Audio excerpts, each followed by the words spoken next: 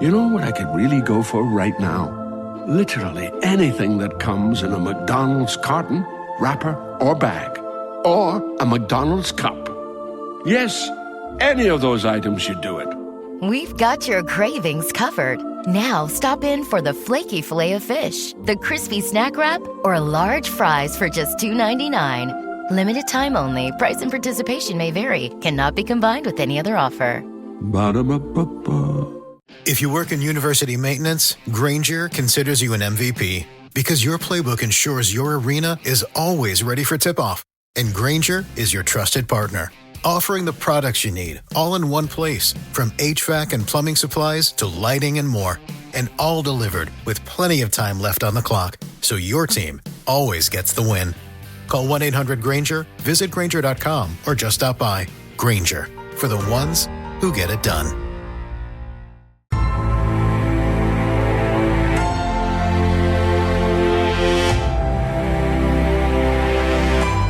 There are heroes and there are legends. Heroes come and go. Legends never die. We usually say that you cannot become a legend before death. These are living legends. If the legends fall silent, who will teach the children of our ways? Sun Coaches Podcast, Season 5, brought to you by Titan Sensor, is proud to present The Legends.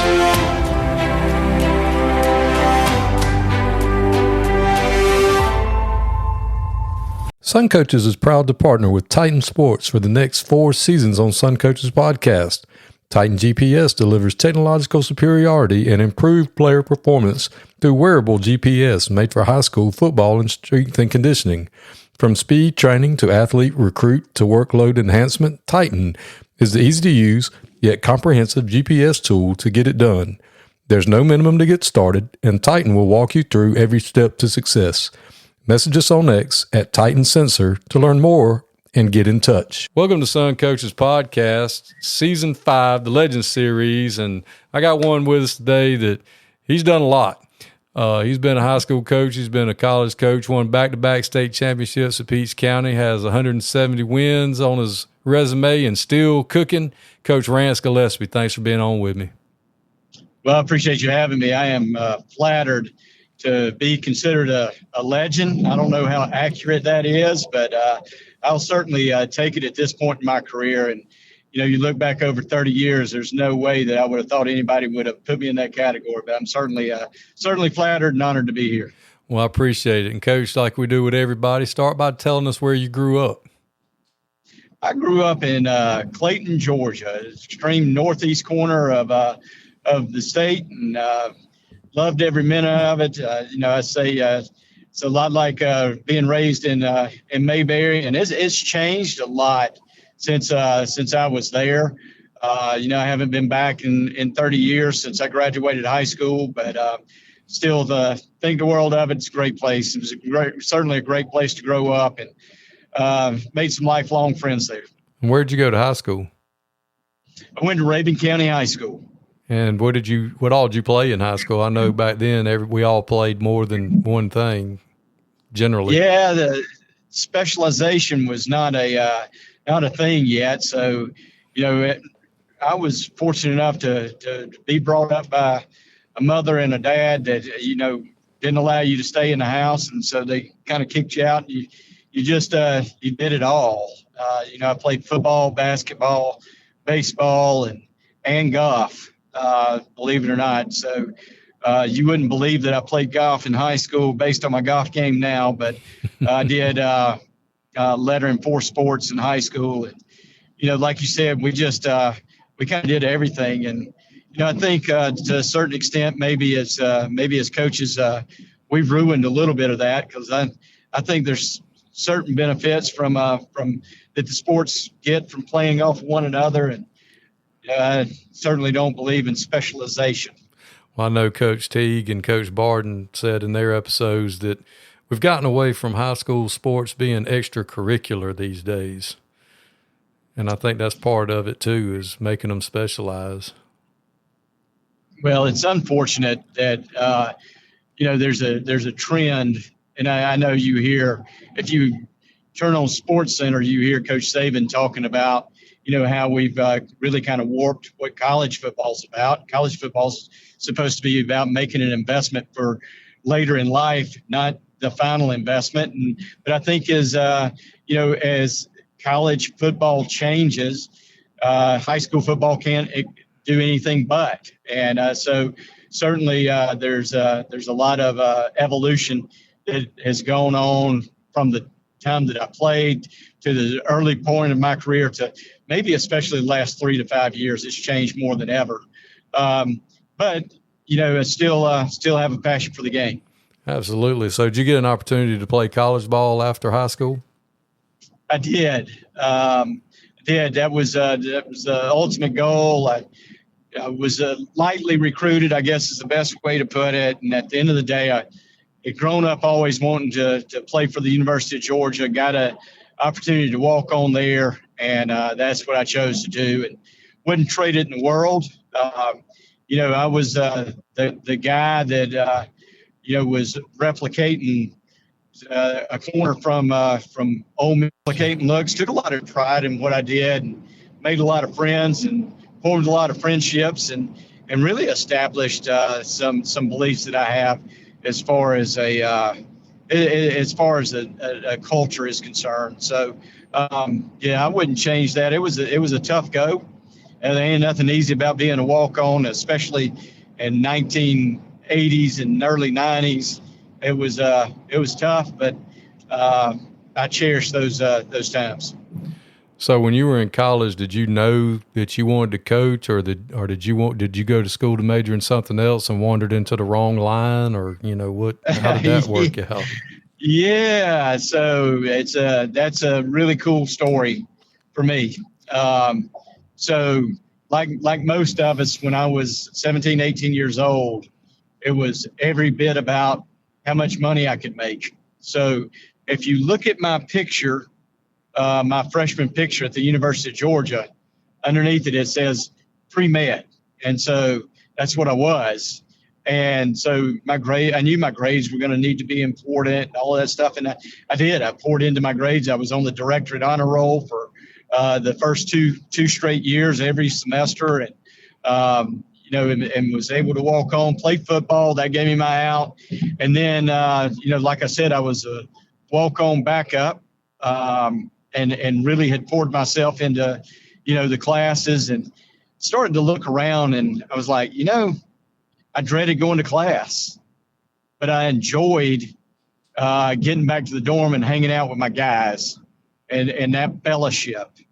And I love playing ball, and I always will love playing ball. And I was like, this is crazy. And God created something in me that caused me to grow up just enough to maybe chase something that I was passionate about instead of just chasing material things. And thank goodness he did. And so I changed my major, and I ended up majoring in history and became a history teacher and a football coach. And that was the goal from about my second and a half year at Georgia. And I graduated in 4 years to finish it out.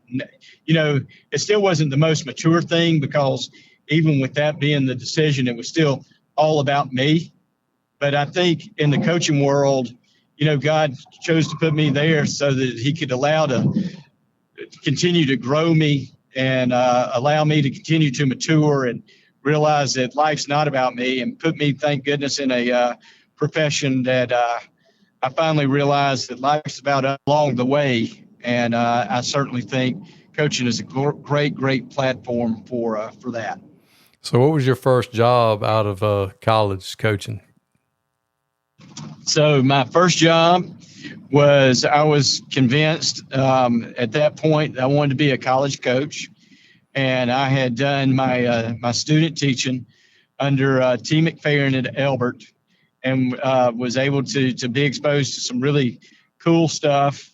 And one of those was a really good staff that had a lot of connections in the college world. And So I took a job as a GA at Gardner Webb, and that really opened my eyes. I wasn't making any money. I was actually living on the backside of the urinals. There was a little room in the locker room, and literally on the backside of the urinals, there was 2 bunk beds thrown in a room. That's where I was living, and was homesick, ready to get married. And my wife was very patient, and she denies this to this day. But we had a discussion about, what it would look like, she felt like it would take in order for us to get married and those things. And she said, I would really like for you to be able to buy a washer and a dryer. And so I said that was kind of out of the picture. And so I started looking for a high school job so that I could get married. And it wasn't all her. It was a lot more me than it was her. She was willing to battle through all of it. And I knew that it was time for me to grow up and be a husband that could provide something for my family, and was fortunate to have a guy that had coached me in high school. And I reached out to him and I said, Coach, I think I want to, give a shot at some high school football. And he said, well, I've got a buddy of mine in Thomasville, Georgia. His name is George Bobo, and he's looking for a receivers coach. And I was a secondary coach at the time. Actually, I'd played in the secondary and had been coaching the secondary. And so I go to Thomasville, interview, and tricked him into hiring me as a receiver coach. And it was a fabulous way to start my career. I mean, just a wonderful man, number one, and learned so much about, being a coach, the coach's life, running a program, cultural stuff, and not to mention the amount of offense and his knowledge on raising quarterbacks. And Mike Bobo was our quarterback my first year there. So and then some of the lifelong friendships that I made on that staff. Just really, really blessed to be able to start my career there. Well, how long were you in Thomasville? We were only there for 2 years. So Mike graduated, and then he went to Georgia, redshirted, and we all knew that he was fixing to get to play. And George wanted to step away and be able to go watch him play and devote himself to that. And we all understood. So at the end of that 2 years, we all kind of split up and went our separate ways. And where did you end up? I ended up, I have been unbelievably blessed with the guys that molded my career. I've already, told you T. McFerrin is when I was doing my student teaching, and then George Bobo. And then after I left Coach Bobo, I went to work with Charles. Hey, it's Bubba Wallace from 2311 Racing. You know what feels like forever? Sitting on a plane waiting for takeoff. Good thing I've got Chumba Casino. With daily boost and social casino games on tap, this is the kind of fun that makes time fly. Why not turbocharge your downtime? Play now at ChumbaCasino.com. Let's Chumba. Sponsored by Chumba Casino. No purchase necessary. VGW Group. Void where prohibited by law. 21 plus. Terms and conditions apply. Winslette, and learned so much. Coach Winslette is one of the most intelligent human beings that I've ever been around in my entire career. So gifted on Friday night with quick wit and to be able to make quick adjustments. And, part of the coaching world, part of the talent of the coaching world is the ability to see. And I don't know that anybody can see it the way he sees it, and can see things all the way across the field that 33 years after being in it, that I still am envious of his ability to see things. So I got to go do that and work with him at Coffee for a year. And what happened after Coffee? So after Coffee, I was eager to be a coordinator. Of course, I had, like most young coaches, I'd been doing it for 3 years. I mean, heck, I knew it all, right? It was time for me to progress to a play caller and an offensive coordinator. And I was ambitious and hungry, which, in a lot of ways is good. And now, on the back end of my career, as I'm hiring young coaches, I love to hire young and ambitious guys. They work hard and all those things. That was certainly me. And a couple of my friends had gone, that we were together in Thomasville, had gone to work for Rodney Walker at Peach County. And one of them, Alan Rodemaker, called me and said, "Man, we got players. This is the place to be. You need to come up here. And Rodney's going to, hire an offensive coordinator." And I was like, great. So got in touch with Rodney, got in front of Rodney, ended up getting hired there as Rodney's offensive coordinator. And again, another guy that, Rodney, all of those guys in their own way can be demanding and as far as working for them. But Rodney, especially when you're his guy, you're his guy.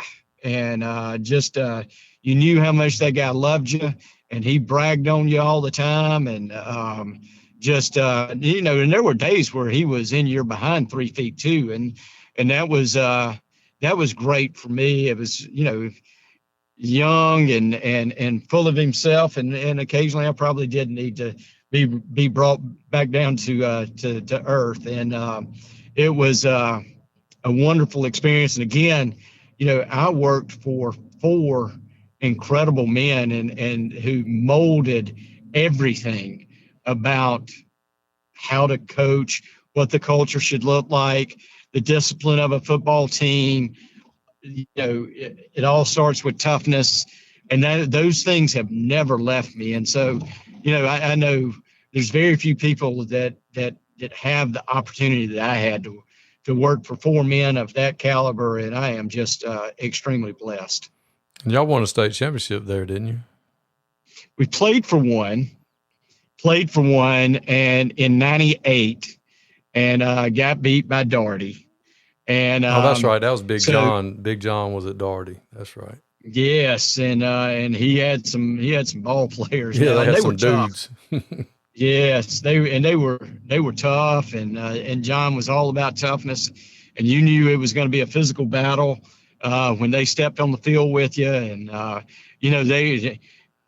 they were not going to out scheme you, but they were going to out tough you, and they were going to play hard. And golly, it was always intimidating to play his team. So we had played them when I was at Thomasville. And then, of course, we kind of started a little rivalry there with Daugherty when I was at Peach.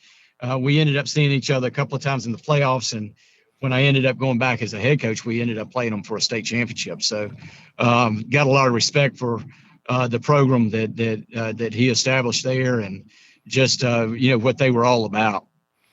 And then you went and got your first head coaching job. Yeah. So again, young, eager, had to do it, 29 years old. And again, was ready. And I found out real quick and was humbled, but Banks County gave me an opportunity to come there and be their head coach. And I was in way over my head and didn't do a great job. Learned through a lot of failure, and ended up at the end of 2 years was 5-15. And I was like, my God, I have ruined my career. After being fortunate enough to work for 4 great guys and establish a great base, here I go and screw it up and end up with a 5-15 record as a head coach. And people are going to say, oh, well, he would be a good assistant, but I don't know how he is as a head coach. But fortunately, Rodemaker had stayed Rodney left Peach the same year I did. Okay. And I've always been a loyal guy and felt like Rodemaker had been at Peach longer than I had, and that he should be the next coach in line. And so when Rodney left, I supported Rodemaker getting that job, and I left to go get a head job of my own. It worked out. And Rodemaker to this day is one of my dearest friends. And so we all split up. Rodemaker stayed at Peach. And 2 years later, me with a 5-15 record, Rodemaker calls and says, "Hey, do you want to come back?" And I was like, "Rod, I'm going to continue to try to be a head." And he's like, "No, I'm leaving. I'm going to go into a family business. Do you want to come back?" And I was like, "Dang right." And between him and Rodney both supporting me, and a booster club president there that thought the world of me, that was just a great human being and as good a booster president as there ever could be, a lady named Joe Cobb, and a principal with an open mind. They gave a guy with a 5-15 record an opportunity to go back to Peach County. And once again, I got extremely blessed because I didn't deserve that job.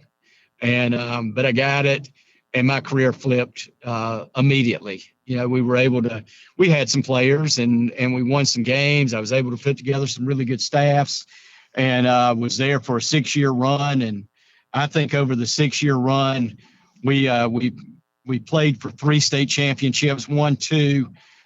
We won 4 region championships, played in 5, and just an incredible run. And still, I will tell anybody to this day, it was a really, really good job. Peach County, great place, really simple place to coach as far as expectations, and not a lot of recruiting, moves in, moves out, all of that stuff. You got what you got, but you got some good players. And, I'm sure all of that's changed since I was there. But when I was there, you went in and you coached ball, and the kids loved ball, and they played fast and they played hard. And it was a fun place to coach football. So what was winning that first one like as a head coach? Well, I will be honest. I certainly remember losing the first one because we lost the first one that I coached. Right? We lost to LaGrange, and of course now Steve was loaded, and I tell him to this day. So Steve Pardue was head coach at LaGrange, and we've had a history with one another. We played each other when he was at LaGrange. I was at Peach. We played each other several times in the playoffs, and I have the most wins, but he won, in my opinion, he won the one that counted. He won the state championship. We only played in the state championship one time, and but good gosh, they had Trey Blackman, they had Travis Hart, who a lot of people would argue is better than Trey Blackman. They had the Ford kid that played. It was an ungodly bunch. The quarterback was Blake Mitchell that played at South Carolina. I mean, it was who's who. They were loaded. It was a heck of a ball game. They ended up beating us 16-14, I think was the final, or maybe it was 14-12. Don't quote me on that, but great football game. And I say all that to end with this, and why I remember it was I cried for 24 hours. And kind of like that feeling that I said, that I felt like I had ruined my career and all that I'd worked for, by maybe biting off some stuff a little bit too soon. I felt like I had, been given an opportunity that people wait a lifetime to get to, and still at a really early age, and was like, I may never get that opportunity again. And oh my gosh, it crushed me. It crushed everything about me, but it also drove me to want to get better. And there were schematic things within that game that I look back and I'm like, golly, what an idiot. And one of them was Trey Blackman himself. I remember, Steve was smart enough on 3rd and long. He didn't play him at the inside linebacker. He walked him down to a 5 technique and put him on this kid that we called Big Show. Big Show was a heck of a high school football player, really good, but he wasn't as fast as Trey Blackman. And so 3rd and long, we're giving up for pressure almost every 3rd and long because Trey Blackman is running by him. And my strategy for that was after the first 2 or 3 drives, I walked back to the bench and I'm like, Joe, what's going on? And his head was down. And I said, boy, look at me. And he raised his head and big tears are running down that kid's face. He is giving everything he's got. And he looked at me and he said, Coach, and he's crying. He said, Coach, I can't catch him. And I was like, yeah, you can. You can. I didn't want to, and I didn't have another answer other than, yes, you can. Think positive. Well, a year later, we learned how to chip. We learned how to answer some of those questions. We learned how to, do some things a little bit better. And so it motivated me in a lot of different ways to, that, hey, as the coach, yeah, you're responsible for some personal motivation. You're certainly responsible for the culture of the team and those things, but you're also responsible for helping these kids schematically to survive some things and not put them in bad situations. And I did that night, but I grew from it. And a couple of years later, we were fortunate enough to get back in it. And we went down and we played Daugherty. Like I said, Tyler Reddick here from 2311 Racing. Victory Lane? Yeah, it's even better with Chumba by my side. Race to ChumbaCasino.com. Let's Chumba. No purchase necessary. VGW Group. Void where prohibited by law. See T&Cs. 21 plus. Sponsored by Chumba Casino. The team that had kind of been a nemesis for us, and we played Daugherty and Hugh Mills, and we were able to walk out of there with a W, and that was the first one. And golly, I don't think there's nothing like walking off that field the last game, winning it, knowing that it's the last one. There's not another one next week, and there's not another better feeling than that. And then we were able to turn around and do it again the following year. But that first one, we actually started out the season 0-3, and that made it even that much more gratifying at the end because it certainly wasn't given. We had to battle for it. We had to overcome. We had to stick together. We had to persevere. And, a lot of things that you accredit football to teaching young men, we had to prove during the early parts of that year. And then, you're sitting there and to be quite honest, Daugherty had flat intimidated our kids in the past and they didn't. And to grow up and to have the confidence to go in there and play and win one of those games, just a tremendous blessing. And then turn around the next season and to win it again was a true blessing as well. And a lot of pieces were the same, but quarterback wasn't the same. There was enough different. Leading receiver wasn't the same. There was enough different pieces that it was it had to come together. It had to come together quick, and it had to gel, and it did. So.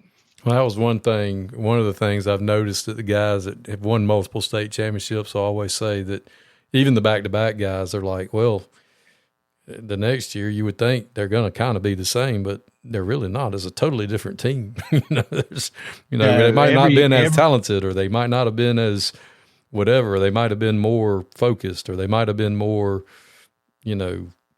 better leadership or whatever it is. But it's just there's something different about them, but it sets them apart.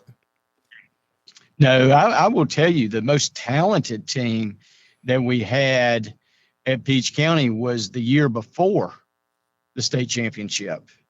And we were really talented. Now that the first state championship year, we had 2 kids on that team that were obviously really talented. We had a receiver and a quarterback that were a great combination. But the year before, we had those 2 kids and a running back, which our running backs were talented. 98, or in 02 or 06. I'm sorry, I don't want to take anything away from them, but they, the kid before them was Florida commit. We had an Illinois offensive lineman. We had a Kansas State linebacker. We had a University of Georgia linebacker, and all of those kids. That was supposed to be the group, and they graduated, and that's why we started out 0-3, and that was 05, by the way. But we started out 0-3 in 05, and then we went on to win the next dozen and win a state championship. So how long were you at Peach? After we won the second state championship, Chris Hatcher, who was a friend of mine, left Valdosta State and took the job at Georgia Southern. And we had talked, in general before, and he called me and said, I may have something for you. And it was a really, really hard decision. It was, to go to Georgia Southern, give that a shot, or to stay at Peach County and hopefully build a dynasty, and because I loved Peach County. It was a wonderful job with wonderful people, and staff was great. And, but, like I told you in the beginning, I started my career wanting to coach college football, and it was going to be a sacrifice for me and my wife and my dad. But I remember my wife looked at me and goes, you got to try it. You got to see where it goes. You got to give it a shot. So glad that I did. I was able to, it was a great growth period for me to be able to go back and reset and set back and look at a program from a different perspective as an assistant, instead of getting caught up, in the day-to-days ins and outs of driving a program as a head coach, to be able to go back and reflect. And that created a lot of professional growth for me in so many areas. And Chris Hatcher was awesome to work for. And, and we shared a lot of common beliefs and a lot of common philosophies and all of that stuff. But it was a great 3 years. Unfortunately, we didn't win enough games there. And at the end of the third year, I experienced, the awful side of football. And that was, your head coach being let go and wondering what you're going to do. And then it gets kind of real, but, I've experienced that twice, and neither time, I don't know, I guess God just gave me a peace both times. And I was very fortunate to be able to certainly land on my feet as the head coach at Valdosta High School. And, that was a very unique experience for me going to Valdosta. You hear all the stuff about Valdosta, and then there's even a book about my transition called Must Win. And certainly that's how it feels being in Valdosta. But a quick story on how that book originated with me was they were doing a reception when we first got there. I just finished finalizing the staff, which we had put together pretty fast. And so they had a reception for all of us at the museum there at Valdosta High School. And I remember going in, and there were people like Betty Bazemore, June Hyder was there. She was still living at the time. And Jack Rudolph, Jerry Don Baker. I know those names may not mean a lot to a lot of people. Butch Brooks, but they are, you want to talk about legacies. You go to Valdosta and you throw those names around and you're saying something. But it was also the boosters and all of that to, welcome the new staff. And it was so much fun to get to mingle with that group and hear all the stories. But there was this one guy that was standing up against the wall that I had not met or mingled with, through this 3 or 4 hour event. And he just had stood over there by himself. And so towards the end of the night, I made my way over there to him, and he said, "Coach, my name's Drew Jabera, and I'm a freelance writer for the New York Times, and they had hired him to come down and cover the dismissal of Coach Tomberlin and that transition, and he had stumbled on to enough interesting things in Valdosta, and I'll leave it at that he goes back and says, hey, if the new guy will let me, I think I've got a book, and so he said, I want to follow you around for the first year of your transition and write a book. And I said, great, I'll see you in the morning. And it was a good experience. It really was. Drew became a really good friend of mine. And, they say that you can learn so much by journaling. And that's what it was for me, except I didn't have to write it.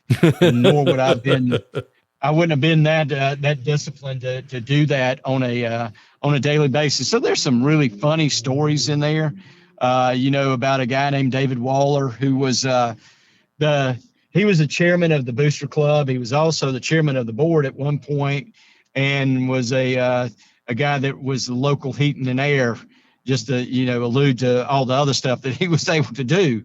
And David's a very powerful guy in that community, but just that man loved Valdosta High School, loved the Wildcats, wanted what was best for the Wildcats. And so after I got hired, David calls me and says, hey, I need to come pick you up.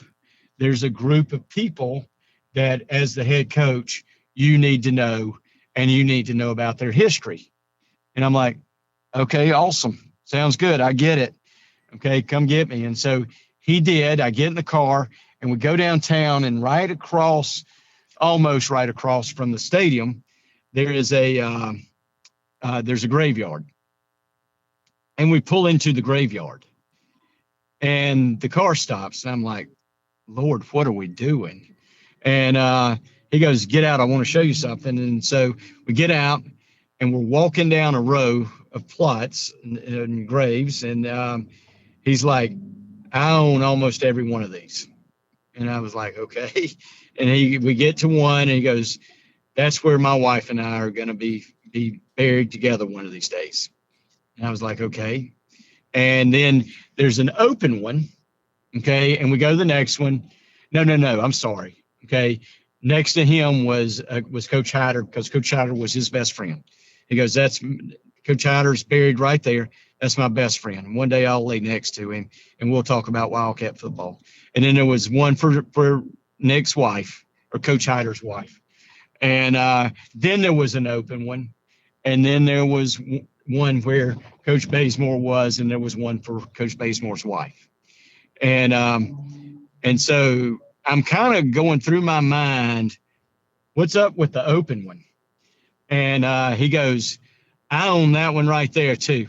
And he said, if you win 200 games, I'll put you and your wife right there. So that was my first experience of the history of Wildcat football. But there's you hear all the horror stories of what Valdosta can be, and I'm sure it can be in a lot of ways, and it can be a bear of a job.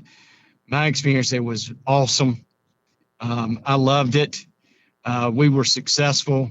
We were able to, when I got there, the place had not beat Lowndes in 8 years. That's a crosstown rival, regardless. And certainly we didn't measure our program based on Lowndes, but we did measure our program based on our success against a rival.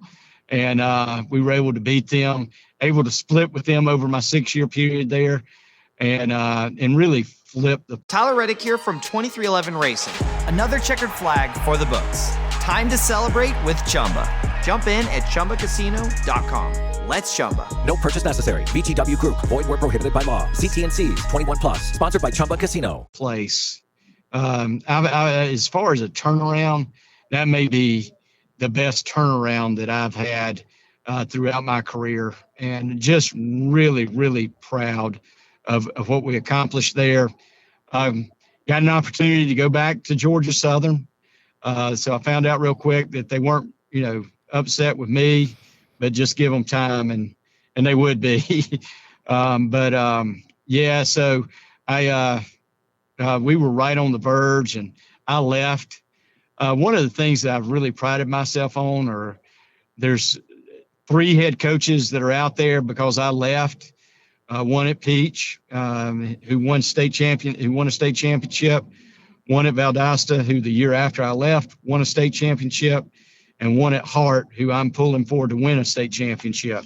So, have been able to, and to me, that just says that maybe I left it a little bit better than when I found it, or at least they liked it the way that I left it, and wanted to leave it with one of my assistants. So that's probably, I'm probably as proud of that as anything. But yeah, after 6 years at Valdosta, go back to Georgia Southern. Probably went back for a lot of wrong reasons. Southern had become it was not in the Southern Conference. It was the Gulf South, or not a Gulf South, but a Sun Belt job, which meant the pay was way different. Was still able to put that into my teacher retirement. Right, wrong, or indifferent, it changed my life for forever. So we go back and do that, and it doesn't work out. We're trying to transition to offense from, more option based, a little bit more pro style and those things. It just did not work out. Numerous reasons that you can point, and certainly I was one of those. And so looking for another job, and ended up at Hart County, and behind Peach County, Hart County may have been as good a job as I've had, and and I wouldn't say behind, I would say equal to, and they're very similar. Small country towns where football is important, and they're going to empty the town to come out and watch you play on Friday night, and great booster clubs, and great support out of your administration. The superintendent at Hart County was a really good friend of mine. He was a guy that had played at Georgia, that was the number 2 offensive lineman in the country coming out of high school. So had been a football coach. Football was always important to him, and certainly supported what we did. So really, what a great job, and gave my wife and I an opportunity to go and bow on the lake, and we're perfectly happy to call it a day there. And I was looking for a place at that point, after being at Valdosta for 6, and which is a good stay in football anymore, but then only at Southern at 1. I wanted some stability for my kid, and she graduated from Hart County, and it was great. So was there for 6 years, and was perfectly happy to finish it out there.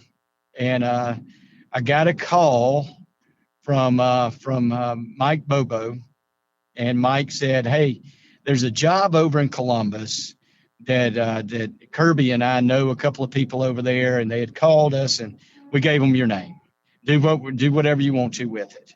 And I told my wife, I was like, I'm happy. I don't know about going and doing it all and looking into that. And Claudette was like, "Well, look, these guys have recommended you. You're going to sound arrogant and and all of this if you just thumb your nose at it. Let's at least go look at it." So we did. We fell in love with the place immediately. And how you just know, and it feels right. It did. And so for the last 3 years, I've been at Brookstone School in Columbus, Georgia, which is an independent school in Columbus with really high academic standards and a different culture than I've been exposed to.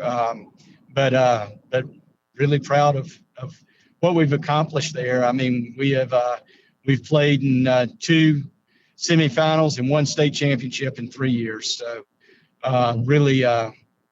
really pleased with what's going on at Brookstone.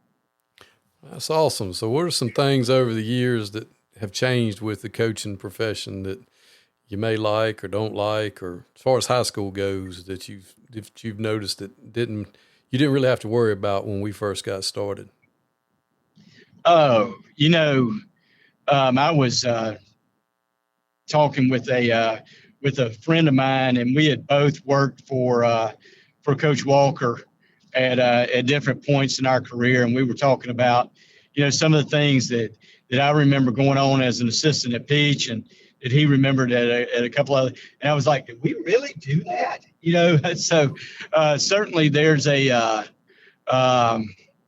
and probably rightfully so, but there's a different expectation, the way that you communicate with kids all the time in the coaching profession, and I'm not saying that either any level of this is right, wrong, or indifferent, but my parents who grew up in the 50s and the 60s, they were taught to not question authority.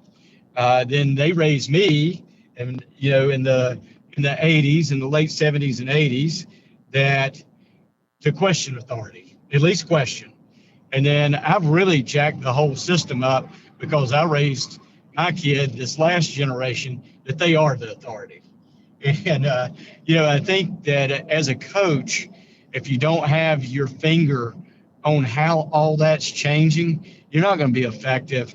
You're going to be labeled as one of those coaches that can't communicate with his team and all of those things. So I think you need to understand that all kids in the 50s were probably coached fairly similar. All kids in 2025 are coached very different. And I think you have to understand a kid's personality. I think you have to understand your individuals a lot better. Whereas, early on in my career, you could get away with coaching a unit and coaching them all with some equity. I think the equity now is you better learn all of their personalities and what resonates with those individuals, because, raising your voice, getting passionate about something, it doesn't, a kid will go in, some kids will go into a shell now with you over that, so, and then I think there's some family structural things that have, in certain spots, I won't say in every spot, that have eroded, and I think the role of a coach is probably bigger now than ever, from a leadership standpoint, from a real male role model standpoint, from a how to be a husband standpoint, from how to be a daddy standpoint. I would say 30 years ago, there wasn't a whole lot of daddies on your football team, and I think maybe that kind of reached a peak and is probably declining, but still you got kids that has never been modeled for on how to be a daddy.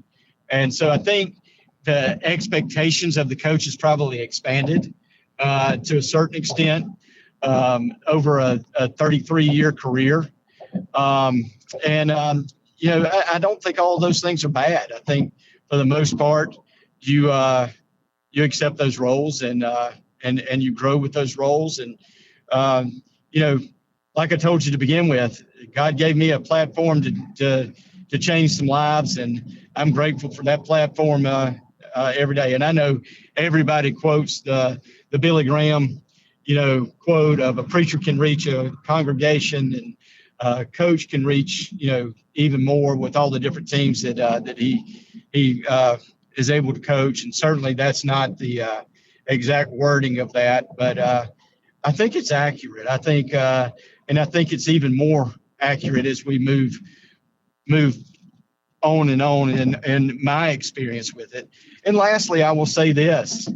I will say, and this is going to sound really old school, and I hope everybody understands where I'm coming from, but, there's very few places in society that are left where a young man can still find physical toughness, spiritual toughness, mental toughness, and it's still okay for that kid to get knocked on his ass, bleed, okay, and for a grown man to look at him, pat him on the butt, and say, hey, get up, you're going to be okay. There's not another place where that happens anymore. Very few of our kids are exposed to working outside and blue collar and all of that stuff. And there's a certain physical or physical toughness, mental toughness, spiritual toughness that unfortunately erodes the further we get away from those core values. And football is one of the last strongholds where that's still okay. And so anyway, yeah, that's my soapbox, my crusade. I like it. So you mentioned a few of the guys. Who are some of the coaches over the years that you just love competing against or seeing across the field, whether they tore you up or you tore them up, just relationships you built, over the years that you just loved seeing those guys that you competed against? I will say this. And one of them is just because it's fresh on my mind. And, I've been fortunate to be a part of some of the biggest rivalries in the state. In my mind, and it wouldn't go down as one of the biggest rivalries, but the Peach County Perry game was always a huge rivalry, and it got way one lopsided. It got like an 18-year run on Peach County's part. Of course, Perry recently has leveled that field, but so you feel the pressure of those rivalry games, especially when that rivalry game is Lowndes Valdosta, okay, and or Hart Elbert, and even in the situation that I'm in now, Brookstone Pacelli, and I will say that's when those competitive juices are revved up. Tyler Reddick here from 2311 Racing. Another checkered flag for the books. Time to celebrate with Chumba. Jump in at ChumbaCasino.com. Let's Chumba. No purchase necessary. VGW Group. Void where prohibited by law. See T&Cs. 21+. Sponsored by Chumba Casino. When you manage procurement for multiple facilities, every order matters. But when it's for a hospital system, they matter even more. Grainger gets it and knows there's no time for managing multiple suppliers and no room for shipping delays. That's why Grainger offers millions of products in fast, dependable delivery, so you can keep your facility stocked, safe, and running smoothly. Call 1-800-GRAINGER, click Grainger.com, or just stop by. Grainger, for the ones who get it done.